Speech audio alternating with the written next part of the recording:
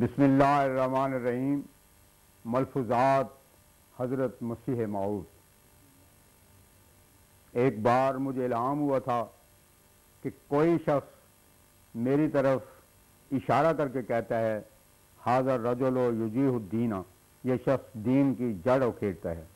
میں خوش ہوا کیونکہ آثار میں ایسا ہی لکھا ہے کہ مسیح اور مہدی کی نسبت ایسے فتوے دیے جائیں گے۔ حجج الکرامہ میں ایسا ہی لکھا ہے، اور ابن عربی نے لکھا ہے کہ جب مسیح نازل ہوگا تو ایک شخص کھڑا ہو کر کہے گا ان حاضر رجل غیر دیننا۔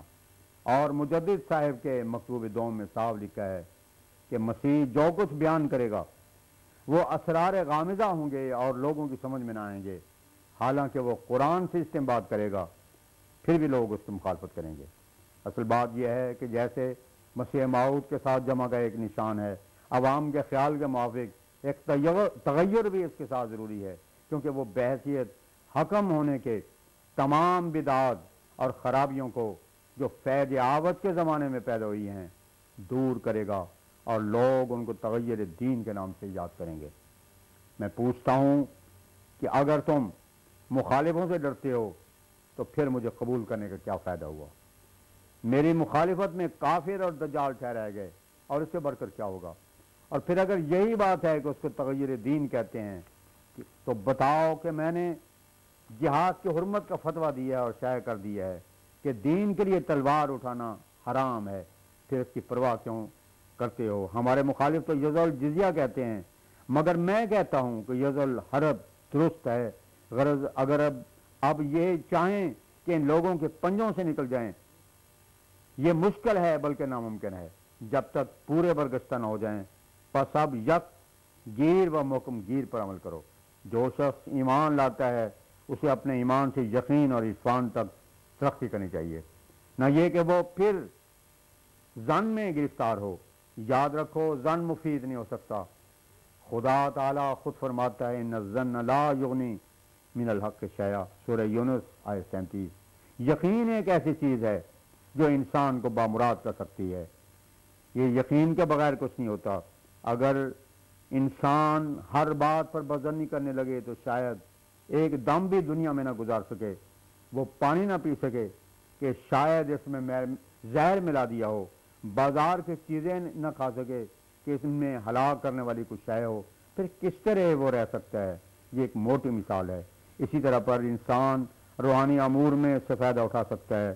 اب تم خود یہ سوچ لو اور اپنے دلوں میں فیصلہ کر لو کہ کیا تم نے میرے ہاتھ پر جو بیعت کی ہے اور مجھے مسیح موعود حکم عدل مانا ہے، تو اس ماننے کے بعد میرے کسی فیصلہ یا فعل پر اگر دل میں کوئی کدورت یا رنج آتا ہے تو اپنے ایمان کا فکر کرو۔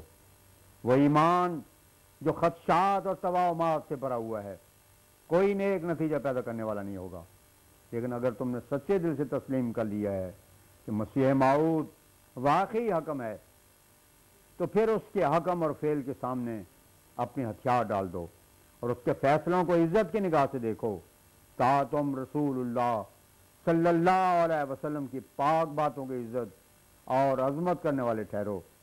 رسول اللہ علیہ السلام کی شہادت کافی ہے، وہ تسلی دیتے ہیں کہ وہ تمہارا امام ہوگا، وہ حکم عدل ہوگا۔ اگر اس پر تسلی نہیں ہوئی تو پھر کب ہوگی؟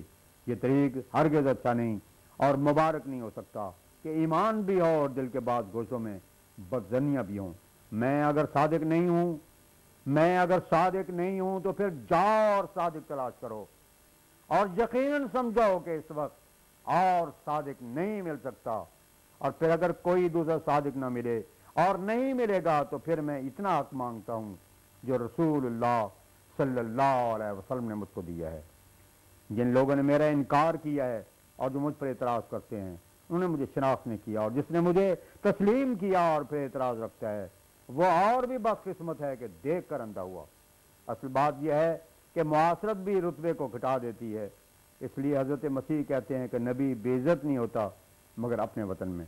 اس سے معلوم ہو سکتا ہے کہ ان کو اہل وطن سے کیا کیا تکلیفیں اور صدمے اٹھانے پڑے تھے۔ تو یہ انبیاء علیہ السلام کے ساتھ ایک سنت چلی آتی ہے، ہمیں سے الگ کیوں کر ہو سکتے ہیں؟ اس لیے ہم کو جو کچھ اپنے مخالفوں سے سننا پڑا یہ اسی سنت کے موافق ہے۔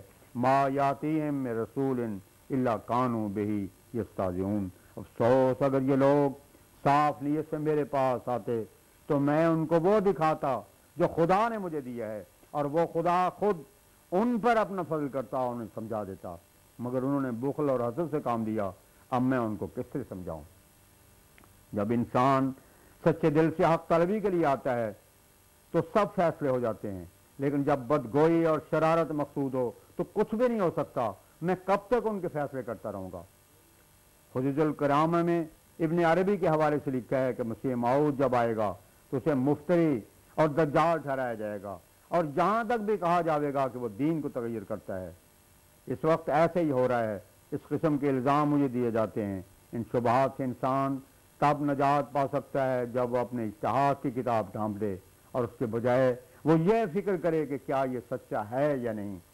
بعض امور بے شک سمجھ سے بالا تر ہوتے ہیں، لیکن جو لوگ پیغمبروں پر ایمان لاتے ہیں وہ حسن ظن اور صبر اور استقلال سے ایک وقت کا انتظار کرتے ہیں تو اللہ تعالیٰ ان پر اصل حقیقت کو کھول دیتا ہے۔ رسول اللہ صلی اللہ علیہ وسلم کے وقت صحابہ سوال نہ کرتے تھے، بلکہ منتظر رہتے تھے کہ کوئی آ کر سوال کرے تو فائدہ اٹھاتے تھے، ورنہ خود خاموش سر تسلیم کیے بیٹھے رہتے تھے اور جرأت سوال کرنے کی نہ کرتے تھے۔ میرے نزدیک اصل اور اسلم طریق یہی ہے کہ ادب کرے۔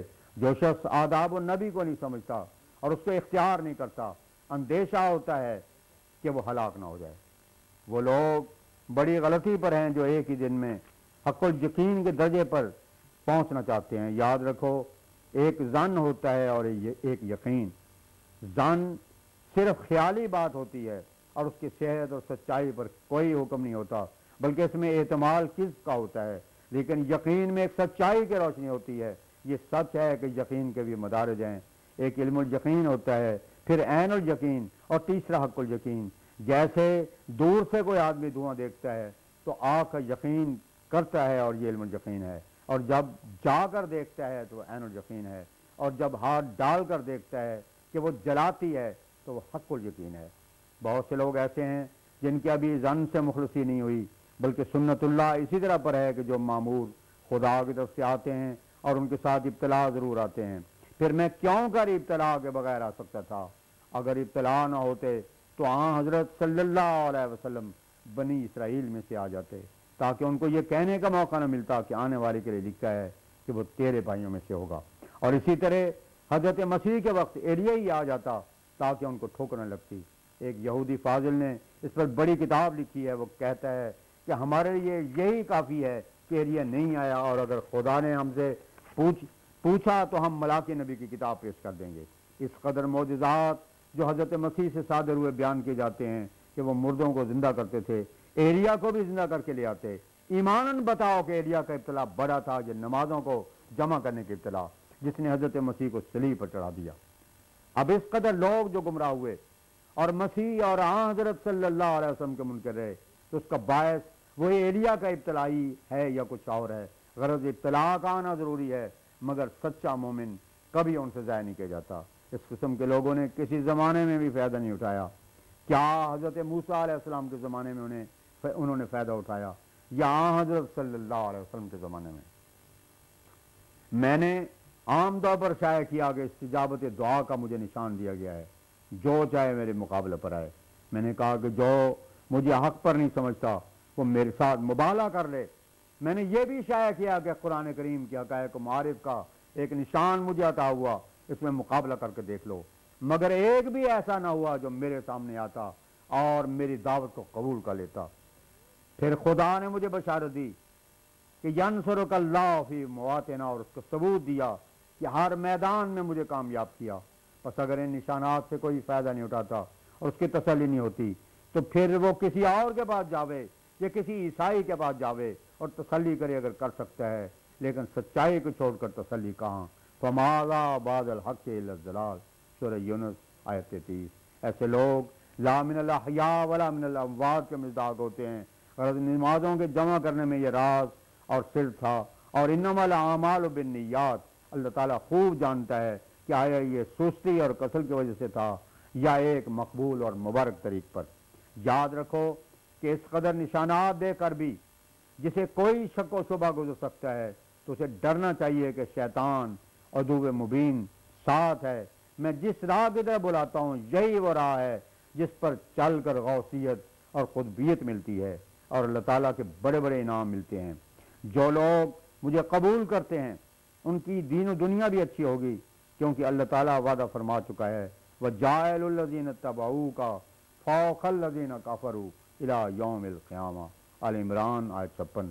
در حقیقت وہ زمانہ آتا ہے کہ ان کو امیت سے نکال کر خود قوت بیان عطا کرے گا اور وہ منکروں پر غالب ہوں گے، لیکن جو شخص دلائل اور نشانات کو دیکھتا ہے اور پھر دیانت، امانت، انصاف کو ہاتھ سے چھوڑتا ہے، اسے یاد رکھنا چاہیے من اظلم ممن افترا علی اللہ کذبا او کذب بآیاتہ۔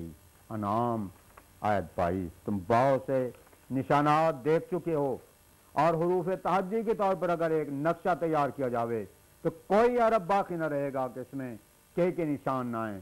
سیاق و قلوب میں بہت سے نشان جمع کیے گئے ہیں اور تم نے اپنی آنکھوں سے پورے سے دیکھا۔ اب وقت ہے کہ تمہارے ایمان مضبوط ہوں اور کوئی زلزلہ اور آندھی تمہیں ہلا نہ سکے۔ بعض تم میں سے ایسے بھی صادق ہیں کہ انہوں نے کسی نشان کی اپنے لیے ضرورت نہیں سمجھی، وہ خدا نے اپنے فضل سے ان کو سینکڑوں نشان دکھا دیے، لیکن اگر ایک بھی نشان نہ ہوتا تب بھی وہ مجھے صادق یقین کرتے اور میرے ساتھ تھے۔ چنانچہ مولوی نور الدین صاحب کسی نشان کے طالب نہ ہوئے، انہوں نے سنتے ہی آمنا کہہ دیا اور فاروقی ہو کر صدیقی عمل کر لیا۔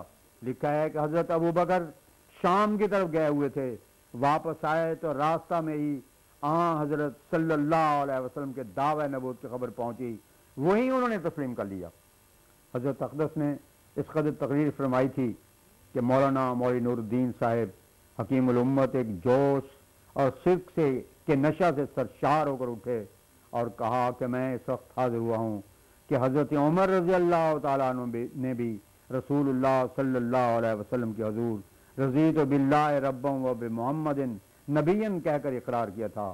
اب میں اس وقت صادق امام مسیح موعود اور مہدی موعود کے حضور وہی اقرار کرتا ہوں کہ مجھے کبھی ذرا بھی شک اور وہم حضور کے متعلق نہیں گزرا، اور یہ خدا تعالیٰ کا فضل ہے۔ ہم جانتے ہیں کہ بہت سے اسباب ایسے ہیں جن کا ہمیں علم نہیں، اور میں نے ہمیشہ اس کو آداب نبوت کے خلاف سمجھا ہے کہ کبھی کوئی سوال اس قسم کا کروں میں آپ کے حضور اقرار کرتا ہوں رضینا باللہ ربم و بک مسیحا و مہدیا۔